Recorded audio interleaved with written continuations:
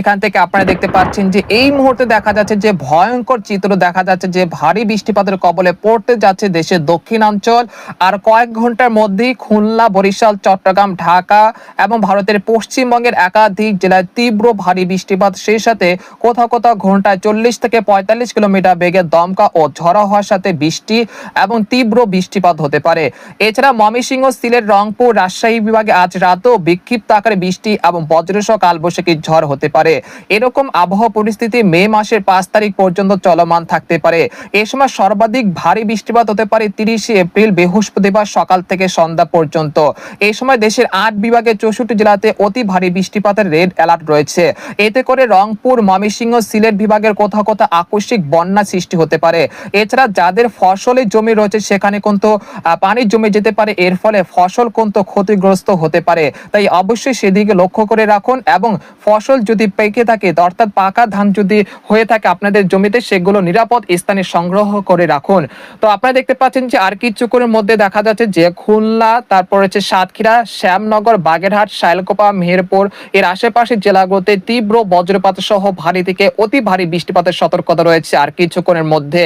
সেই সাথে মাদারীপুর, ফরিদপুর, তারপর রয়েছে গোপীনাথপুর, তারপর টঙ্গীপাড়া, বাগেরহাট, কাউখালী, বরিশাল, ভোলা, বোরহানউদ্দিন, জয়নগর, তারপর মিরহাজিগঞ্জ, মাঠবাড়িয়া, লালমোহন, চরফ্যাশন এর আশেপাশের জেলাগুলোতে বৃষ্টি এবং বজ্রসহ ভারী বৃষ্টিপাতের সতর্কতা রয়েছে আর কিছুক্ষণের মধ্যে।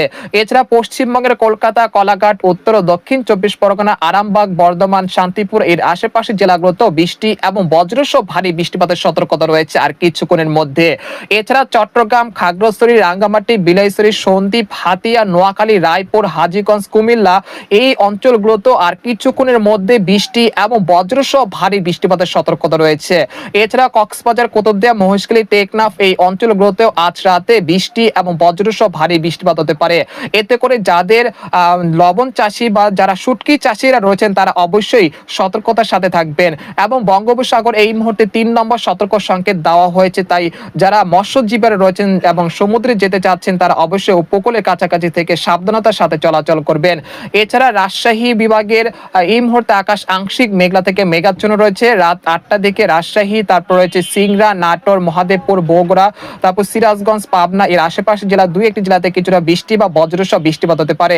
রাত 8টা থেকে রাত 9টার মধ্যে ময়মনসিংহ, মাধান, কিশোরগঞ্জ, সিলেট, জৈন্তাপুর, কানাইঘাট, মৌলভীবাজার, লাখি, ব্রাহ্মণবাড়িয়া এই অঞ্চলে কোথাও কোথাও বিক্ষিপ্ত আকারে বৃষ্টি এবং বজ্রসহ ভারী বৃষ্টিপাত হতে পারে।